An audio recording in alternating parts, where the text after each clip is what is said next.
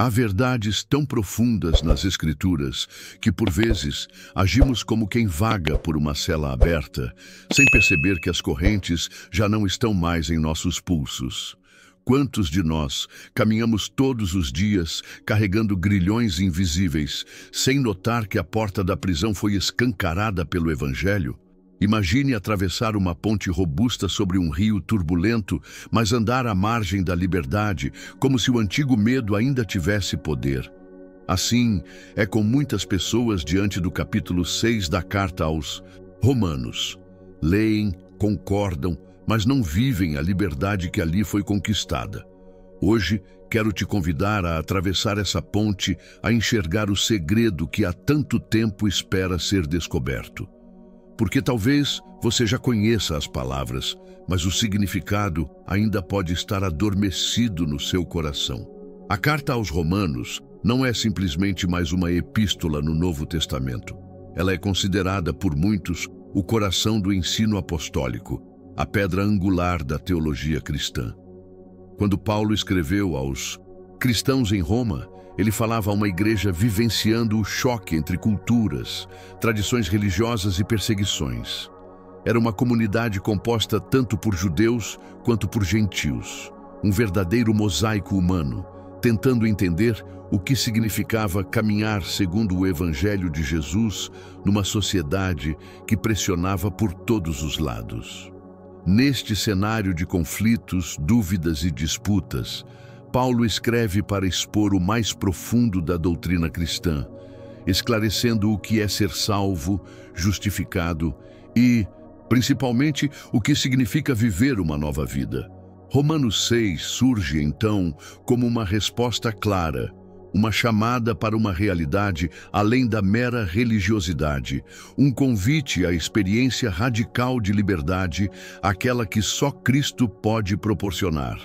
Cada palavra foi escolhida para redefinir não só o entendimento da graça, mas o próprio modo de viver dos crentes. E é exatamente nesse contexto pulsante de desafios, esperança e busca por sentido que o segredo de Romanos 6 está oculto, esperando para ser redescoberto. Muitos cristãos já ouviram, leram e até memorizaram versículos de Romanos 6, especialmente frases como "Fomos, pois, sepultados com ele na morte, para que, como Cristo foi ressuscitado dos mortos, assim andemos nós em novidade de vida."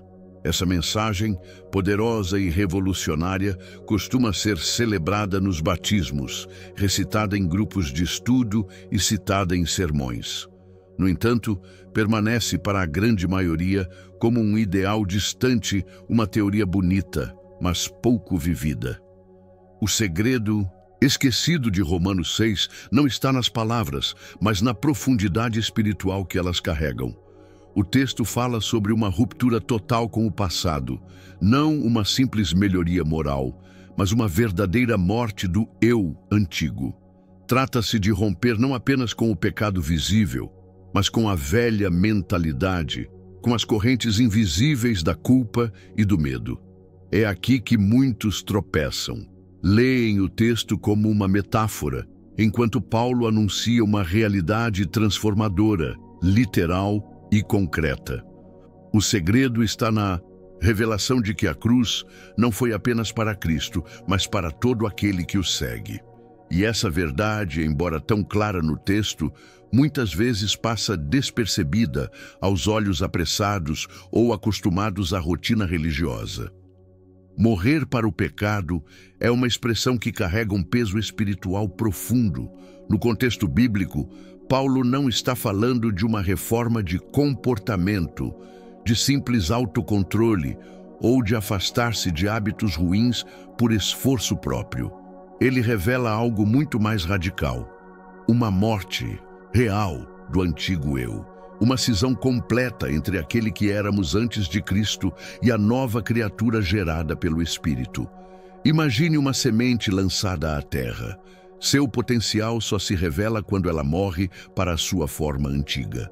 Rompe-se, desaparece por inteiro, para que uma vida completamente nova surja em seu lugar. Assim, Paulo nos ensina que, em Cristo, nosso velho eu fui crucificado, não para ser aprimorado, mas para ser substituído por uma natureza totalmente nova. Isso não é apenas simbólico ou filosófico, é um chamado prático. O pecado já não é mais senhor, não há mais dívida, não há mais domínio das antigas paixões. Deixar que essa verdade desça da mente ao coração e do coração à prática diária é o segredo para experimentar a verdadeira liberdade prometida em Romanos 6. Entre o saber e o viver há um abismo muitas vezes ignorado.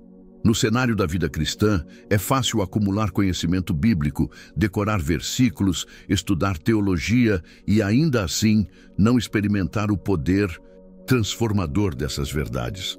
Romanos 6 desafia justamente essa distância. Paulo não queria que seus leitores apenas compreendessem intelectualmente o que significa morrer para o pecado, mas que experimentassem, na vivência diária, essa nova realidade. É como conhecer o mapa de uma terra distante versus pisar naquele solo com os próprios pés. Muitos sabem descrever as promessas, mas poucos as vivem como quem já atravessou para o outro lado do rio. Paulo insiste que o cristão não deve aceitar como normal a ideia de viver preso ao pecado, resignando-se a uma fé limitada pela teoria. O convite é para a experiência. Sentir de fato o alívio das correntes quebradas, andar de cabeça erguida pela novidade de vida e não apenas descartar essa verdade como boa doutrina. O grande segredo esquecido de Romanos 6 começa a se revelar quando cruzamos esse abismo, quando deixamos de apenas saber e passamos a viver o que de fato fomos chamados a experimentar em Cristo. Paulo enfatiza em Romanos 6 uma verdade poderosa e ao mesmo tempo pouco experimentada, a união real com Cristo em sua morte e ressurreição. Não se trata de uma conexão distante ou meramente conceitual. Ele declara que se fomos unidos a Cristo pela semelhança da sua morte, certamente também o seremos pela semelhança da sua ressurreição, ou seja, tudo o que aconteceu com Jesus se torna verdade espiritualmente para todo aquele que nele crê. Essa união nos traz não apenas perdão dos pecados, mas participação íntima no próprio processo pelo qual Cristo venceu o poder do pecado e da morte. Morrendo com ele, deixamos para trás o passado e a escravidão do pecado.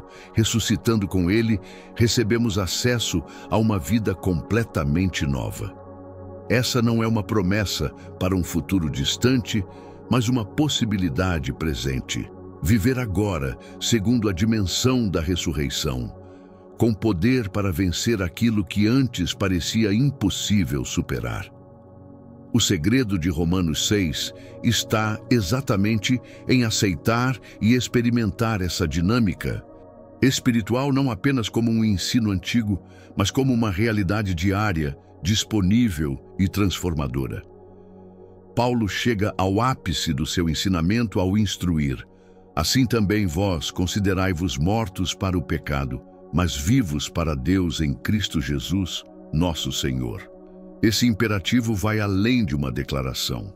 Ele é uma convocação à mudança de mentalidade, à transformação da forma como nos enxergamos. A palavra considerai-vos aponta para uma atitude contínua de fé e consciência. Uma maneira consciente de alinhar a nossa identidade à verdade de Deus.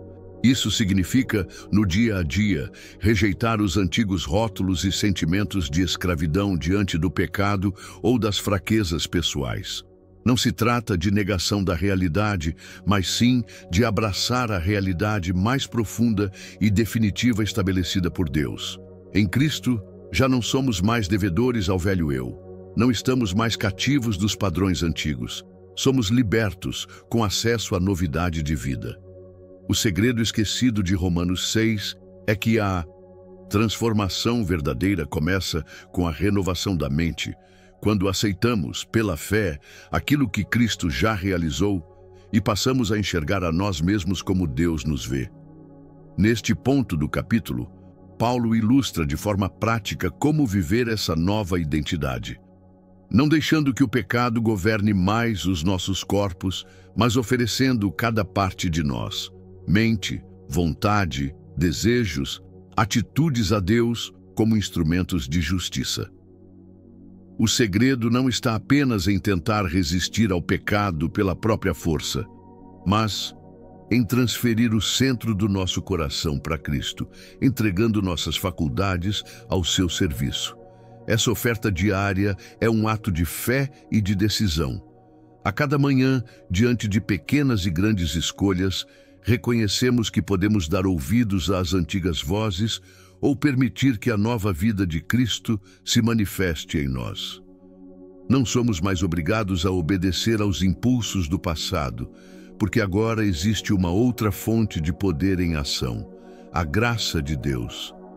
Oferecer-se a Deus é mais do que evitar o pecado, é decidir ativamente viver para os propósitos dele, tornando-se participante da sua justiça e do seu caráter em nossa rotina. Quando isso acontece, o que era impossível se torna natural. A liberdade deixa de ser teoria e passa a ser experiência. Um dos grandes segredos, e muitas vezes mal entendidos, de Romanos 6 é o verdadeiro papel da graça. Paulo deixa claro que a graça não é um passe livre para continuar pecando, mas sim a força capacitada que nos permite viver uma vida santa e transformada. Pois o pecado não terá domínio sobre vocês, porque vocês não estão debaixo da lei, mas debaixo da graça. Romanos 6,14. Em outras palavras, a graça não é uma desculpa para relaxar, mas é o poder para vencer aquilo que sozinhos não conseguiríamos. É a presença constante de Deus atuando em nós, tornando possível uma nova forma de viver. Muitas vezes, nos contentamos com um entendimento raso da graça como algo apenas teórico ou destinado a nos consolar em meio às fraquezas, mas Paulo convida à experiência de uma graça ativa, dinâmica, que nos capacita a não sermos mais escravos do pecado. Quando compreendemos esse segredo, deixamos de lutar sozinhos e passamos a depender do que Cristo fez e faz em nós. É a graça nos ensinando, nos levantando, nos guiando e nos tornando livres dia após dia.